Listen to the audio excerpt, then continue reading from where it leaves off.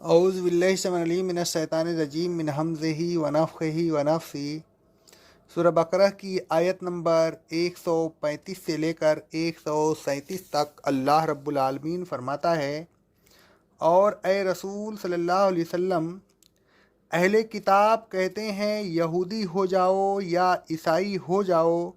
تو تمہیں ہدایت مل جائے گی۔ آپ کہہ دیجئے کہ نہیں، ایسا نہیں ہو سکتا، ہم تو ایک اللہ کے پرستار ابراہیم علیہ السلام کے دین پر قائم ہیں۔ وہ نہ یہودی تھے اور نہ عیسائی، اور وہ مشرکین میں سے بھی نہیں تھے۔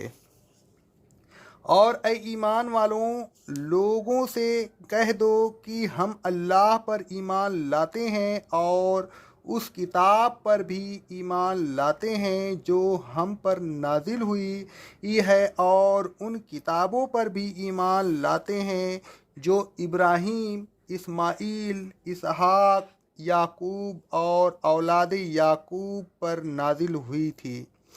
اور ہم ان کتابوں پر بھی ایمان لاتے ہیں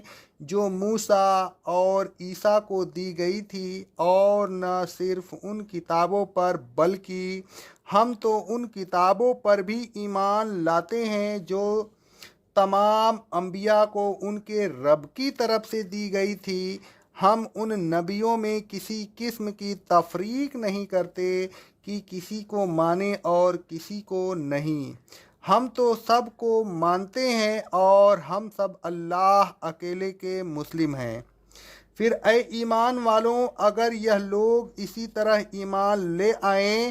جس طرح تم ایمان لائے ہو، یعنی بلا تفریق تمام انبیاء اور ان کی کتابوں پر ایمان لے آئیں، تو پھر یہ ہدایت یاب ہو سکتے ہیں۔ ابھی تو یہ خود ہی ہدایت پر نہیں ہیں، تمہیں کیا ہدایت پر لا سکتے ہیں؟ اور اے ایمان والوں، اگر یہ منہ موڑیں اور جس طرح تم ایمان لائے ہو اسی طرح ایمان نہ لائیں، تو پھر یہ تمہاری مخالفت پر کمر بستہ ہیں، لیکن یہ تمہارا کچھ نہیں بگاڑ سکتے۔ ان کے مقابلہ میں اللہ اکیلا تمہارے لیے کافی ہے، اور وہ سننے والا جاننے والا ہے۔ وہ ان کی تمام مخالفانہ باتیں سن رہا ہے اور اسے ان کی تمام سازشوں کا علم ہے۔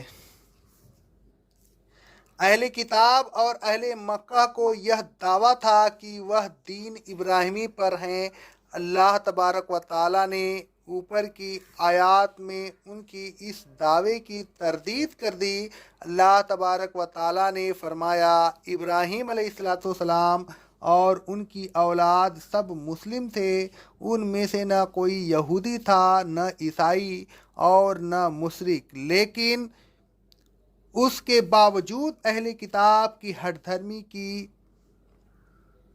جد و انتہا ہو گئی تھی کہ وہ یہی کہتے جا رہے تھے کہ ہم حق پر ہیں۔ یہودی کہتے تھے کہ یہودی ہو جاؤ تو تمہیں ہدایت مل جائے گی، عیسائی کہتے تھے کہ عیسائی ہو جاؤ تو تم ہدایت یاب ہو جاؤ گے۔ اللہ تبارک و تعالیٰ نے فرمایا کہ ان سے کہہ دیجئے کہ ہم تو ملت ابراہیمی کی پیروی کرنے والے ہیں، جس ملت کی پیروی کا تم بھی دعویٰ کرتے ہو۔ ابراہیم علیہ السلام تو حنیف تھے، مؤخذ تھے، یکسو تھے، ان کا ایک ہی رخ تھا، وہ ایک اللہ ہی سے اپنی امید وابستہ رکھتے تھے، وہی ان کا ملہا و ماوا، وہی ان کا سہارا تھا، وہ کسی دوسرے کی طرف رخ نہیں کرتے تھے۔ ان کی عبادتیں، قربانیاں، دعائیں، التجائیں سب اسی ایک الہ کے لیے تھیں۔ وہ مشرک نہیں تھے کہ ان کی نگاہ مشکل کشائی، حاجت روائی یا اطاعت کے لیے دوسری طرف اٹھ جائے۔ اللہ تبارک و تعالیٰ فرماتا ہے سورہ آل عمران کی آیت نمبر 67 میں،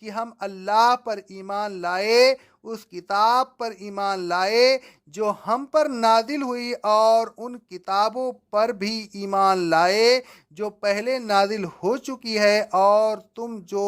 اس قسم کے ایمان کو برا سمجھتے ہو تو بات در حقیقت یہ ہے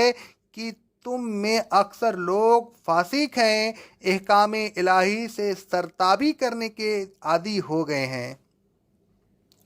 حضرت ابو ہریرہ رضی اللہ تعالیٰ عنہ کہتے ہیں، صحیح بخاری کی حدیث ہے، اہل کتاب توریت کو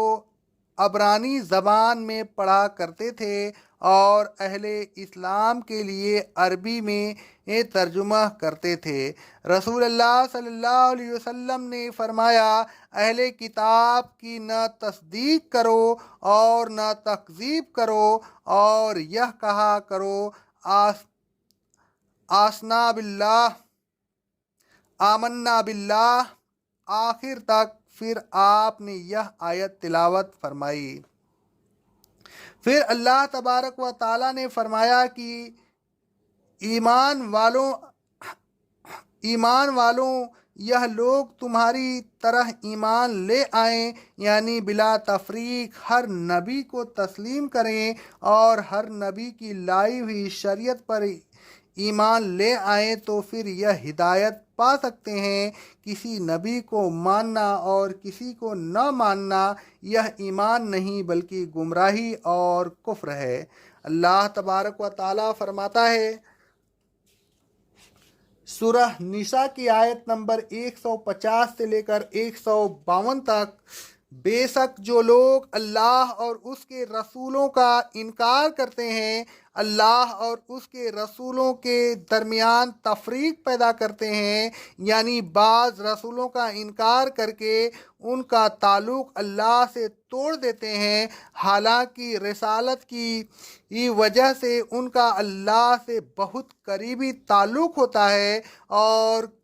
کہتے ہیں کہ ہم بعض پر ایمان لاتے ہیں اور بعض کا انکار کرتے ہیں، اور کفر اور ایمان کے درمیان ایک اور راہ نکالنا چاہتے ہیں، تو ایسے ہی لوگ حقیقی کافر ہیں، اور کافروں کے لیے ہم نے ذلت کا عذاب تیار کر رکھا ہے۔ اور جو لوگ اللہ پر اور اس کے رسولوں پر ایمان لاتے ہیں اور ان میں سے کسی ایک کے معاملہ میں تفریق نہیں کرتے، تو ایسے لوگوں کو اللہ تبارک و تعالیٰ ان کا اجر عطا فرمائے گا، اور وہ بڑا بخشنے والا اور بڑا مہربان ہے۔ آگے اللہ رب العالمین فرماتا ہے وَإِن تَوَلَّوْا، اور اس حجت کے بعد بھی اگر وہ منہ موڑتے ہیں اور تمہاری طرح ایمان نہیں لاتے تو سمجھ لو کہ فَإِنَّمَا هُمْ فِي شِقَاقٍ، بس ان کو تم سے ایک قسم کی مخالفت ہے، انہیں حسد ہے، یہ بغض و عداوت کی آگ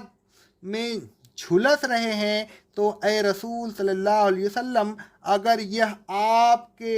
نقصان کے در پہ ہیں تو گھبرانے کی ضرورت نہیں۔ فَسَيَكْفِيكُمُ اللَّهُ، اللہ تعالیٰ ان کے مقابلہ میں آپ کے لیے کافی ہے، وہ ان کی باتیں سنتا رہتا ہے کیونکہ وہ سمیع ہے، اسے ان کی تمام سازشوں کا علم ہے کیونکہ وہ علیم ہے۔ ان کی کوئی بات، کوئی سازش اللہ تبارک و تعالیٰ سے مخفی نہیں رہ سکتی، لہٰذا اللہ تعالیٰ ان کی تمام تدابیروں کو ناکام بنا دے گا اور آپ کو فتح و نصرت عطا فرمائے گا۔ اللہ رب العالمین کا ارشاد گرامی ہے سورہ امامن کی آیت نمبر 51 میں، دنیا کی زندگی میں ہم اپنے رسولوں کی مدد کرتے ہیں اور ان لوگوں کی بھی مدد کرتے ہیں جو ایمان لے آتے ہیں۔ سورہ آل عمران کی آیت نمبر 160 میں اللہ رب العالمین کا ارشاد گرامی ہے، اگر اللہ تمہاری مدد کرے تو پھر تم پر کوئی غالب نہیں آ سکتا۔ اے لوگوں، مسلم بنیے، تمام نبیوں پر